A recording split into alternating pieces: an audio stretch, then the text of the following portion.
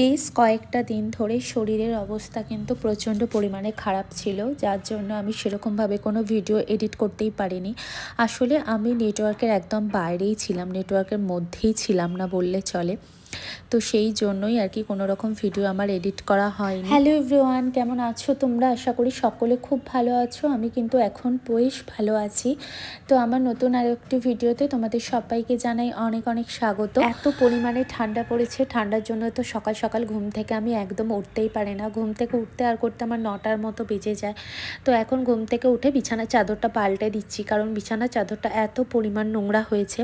তো ওটা পরিষ্কার করে আর সব কিছু দেখো আমার ঘরের চারিদিকে পুরো এলোমেলো হয়ে রয়েছে। আসলে পুরী থেকে আসার পর আমার কোনো কিছুই সেই রকমভাবে গোছগাছ করা হয়নি। আর শরীর যেহেতু প্রচণ্ড পরিমাণে খারাপ, তো সেই জন্য কিছু করতেও একদম ইচ্ছে করছিল না।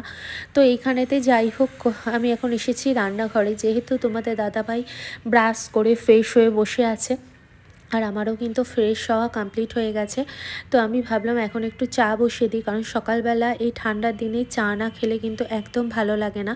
আর আমাদের এখানে কিন্তু গরুর দুধ একদম পাওয়া যায় না, তো সেই জন্য আমাদেরকে প্যাকেটের দুধটাই খেতে হয়। আর প্যাকেটে যে দুধগুলো থাকে সেই দুধগুলো থেকে আমার এই প্যাকেটের দুধগুলো খেতে বেশি ভালো লাগে, কারণ এর দুধগুলো থাকে অনেক পরিমাণ আর কি গাঢ়, আর এতে চাটাও কিন্তু খুব সুন্দর হয়। আমার মনে হয় যে কোনো জিনিস আমি একবার খাবো, কিন্তু সেটা যথেষ্ট পরিমাণ আমি একটু ভালোভাবেই খাবো। কালকে রাত্রেবেলায় তোমাদের দাদাভাই আসার পর থেকেই ও সমস্ত কিছু আর কি যা ব্যাগের ভেতর ছিল সব কিছু বার করে দিয়েছে। আর এই যে দেখতে পাচ্ছ, এখানে হচ্ছে প্যাড়া নিয়ে এসেছিলাম আমরা পুরী থেকে। তো সেই প্যাড়াগুলো আমার ঢেলে রাখা হয়নি, তো সেগুলো এখন ঢেলে ভালো করে গুছিয়ে রাখবো। আর এখানে নিয়ে এসেছিলাম শ্বশুরবাড়ির জন্য প্যাড়া। তো এখানে হচ্ছে 3টে প্যাকেট নিয়ে আসা হয়েছিল। তো একটা প্যাকেট আমি বাপের বাড়ির জন্য রেখে দিয়েছিলাম, আর বাকি হচ্ছে 2টো প্যাকেট শ্বশুরবাড়ির জন্য পাঠিয়ে দিয়েছিলাম। এখানে চা রেডি করে নিয়ে এসে বসিয়ে দিয়েছি। মহারাজের তো হুঁশই নেই, বাইরে থেকে কি দেখছিল ভগবান জানে।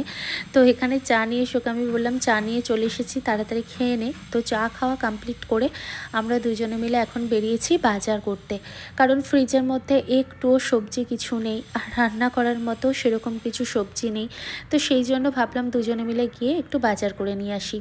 আর হাতে গড়া মাত্র কয়েকটা দিন, তারপর এমনিতেই তোমাদের দাদাভাই চলে যাবে। আর সেই জন্যই আর কি এই কটা দিন এত মজা করে কাটিয়েছি। আসার পর থেকে প্রথম তো ছিল বিয়ে বাড়ি, তারপর যাওয়া ঘুরতে, তো এই সব মিলিয়ে কিন্তু বেশ আনন্দে কেটেছে। এখন হচ্ছে দুঃখের দিন শুরু হবে, আর একাকিত্বের দিনও শুরু হবে। মানুষের জীবনে সুখ কিন্তু বেশি দিন থাকে না, অধিকাংশ সময় কিন্তু দুঃখই কাটে। তবে এই সারা জীবনের দুঃখের পর যে সামান্য একটু সুখটা আসে, সেই সুখটা আবার ভীষণ আনন্দদায়ক হয়। তো ফেরার পথে নাস্তা করতে ইচ্ছে করছিল, তোমাদের দাদাভাই বলল বাড়িতে গিয়ে আর কিছু বানাতে হবে না, বাইরে থেকেই আমরা ধোসা খেয়ে যাব। তো সেই জন্য এখানে আমরা ধোসা খেতে বসে পড়েছি। আর যেহেতু আমাকে আগেই ধোসা দিয়ে দিয়েছিল, তো আমি আগে তোমাদের দাদাভাইকে খাইয়ে দিচ্ছি। এটা শুধু আজকে বলে না, আমরা সব সময় যখন আমার আগে কোনো জিনিস আসে বা কোনো জিনিস আগে প্রথম ওকে খাওয়াই, তারপরে কিন্তু আমি খাই। তারপর বাড়িতে এসে এত কাজকর্ম ছিল আর ভিডিও ক্যামেরা অন করতে পারিনি, তো রান্নাবান্না এখানে কমপ্লিট হয়ে গেছে। আর আজকে তোমাদের দাদাভাই আমাকে একটা সারপ্রাইজ দিয়েছে। এত বড় সারপ্রাইজ দেবে সত্যিই আমি কিন্তু একদম ভাবতে পারিনি। যখন আমরা উড়িষ্যা থেকে আসছিলাম, হঠাৎ করেই আর কি ও প্ল্যান করেছিল ট্রেনের মধ্যে, সেটা তো আমি জানতাম না। তো ওর ভাইপোকে ডেকে নিয়ে এসেও এত বড় সারপ্রাইজ দেবে, আমি সত্যি একদম অবাক হয়ে গেছি। তো যে সারপ্রাইজটা দিয়েছে সেটা হচ্ছে আমাদেরকে ওয়াশিং মেশিন আমাকে একটা অর্ডার করে দিয়েছে। ও যখন আমি উড়িষ্যা থেকে ফিরছিলাম তখন এত জামা কাপড় আমাদের পড়ছিল, তো আমি ওকে বলছিলাম গিয়ে কাচাকুচি করতে করতেই আমার জীবন শেষ হয়ে যাবে।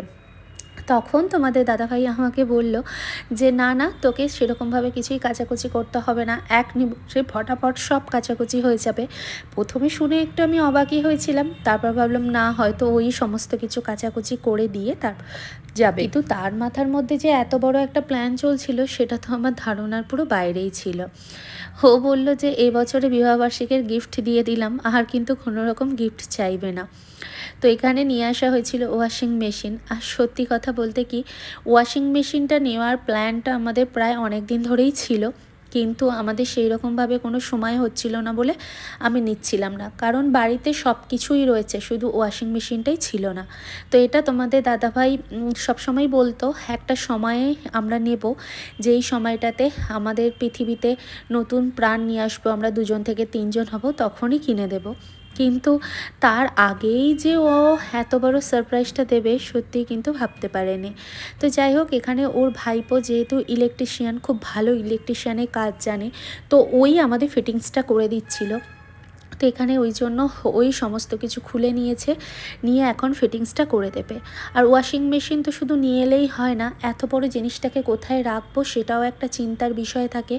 তো আমরা ঠিক করলাম এই যে বেসিনটা রয়েছে, এই বেসিনের সামনেটাতেই আমরা রাখবো, কারণ আমাদের চারিদিকেই রান্নাঘরে রাখলে তো পুরো একদম ছোট হয়ে যাবে রান্নাঘরটা, বাথরুমে তো রাখার সেরকম কোনো জায়গা নেই। তো সেই জন্য এই জায়গাটাই একমাত্র প্লেস যেখানটা রাখলে কোনো রকমভাবে ব্লকও হবে না, আর সুন্দরভাবে জলের পাইপটাও পাওয়া যাবে, আর জলটাকে বাইরে বার করতেও খুব সুবিধা হবে। তো সেই জন্যই আমরা কিন্তু এখানে রেখেছিলাম। আর আমাদের যে ওয়াশিং মেশিনটা রয়েছে এটা কিন্তু সম্পূর্ণ পরিমাণেই হচ্ছে ডিজিটাল, মানে শুধু সুইচটা দাবালেই সে নিজে নিজেই সব কিছু করতে পারে।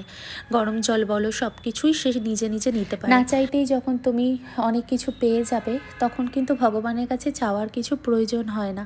এমনিতেই আমি ভগবানের কাছে খুব কম জিনিসই চাই, যেটা আমার খুব মূল্যবান থাকে, যে জিনিসটা ছাড়া হয়তো আমার জীবন কখনো চলবেই না, সেটা কখনো কখনো হয়তো চেয়ে বসি। কারণ দিন শেষে আমিও হচ্ছি মানুষ, আর প্রত্যেকটা মানুষই ভগবানের কাছে কিছু না কিছু চায়।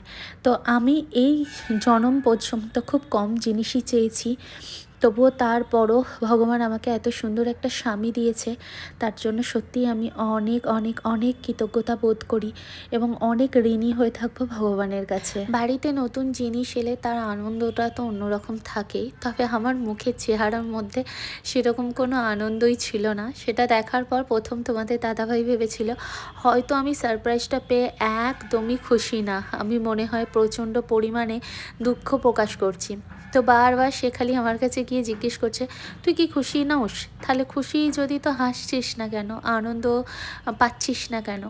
তো আমি বলছি সেরকম কোনো ব্যাপার না, এই কয়েকদিন ধরে এত পরিমাণ আমার খাটাখাটনি হয়েছে, এত যাতায়াত হয়েছে, এত কিছু হয়েছে, তোমার শরীর প্রচণ্ড ক্লান্ত, আমার মনে হচ্ছে আমি এখন ঘুমোই, একটু রেস্ট করি। তবে কি বলতো, মুশকিল আসান কিন্তু সে আমার সবসময়ই করে, আজও কিন্তু করে দিয়েছে।